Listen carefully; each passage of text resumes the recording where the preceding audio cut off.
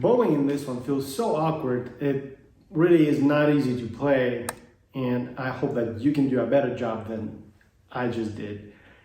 And remember that the light note really needs to be as close as you can. Just keep it on the string as much as possible. Don't lift it in the air. It must be not airborne, but just on the string as much as possible. Also, really big and rapid bow. So also the accident note must feel stronger than not accented note. Remember that.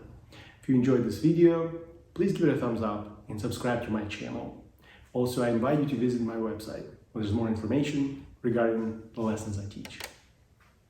Thanks for watching.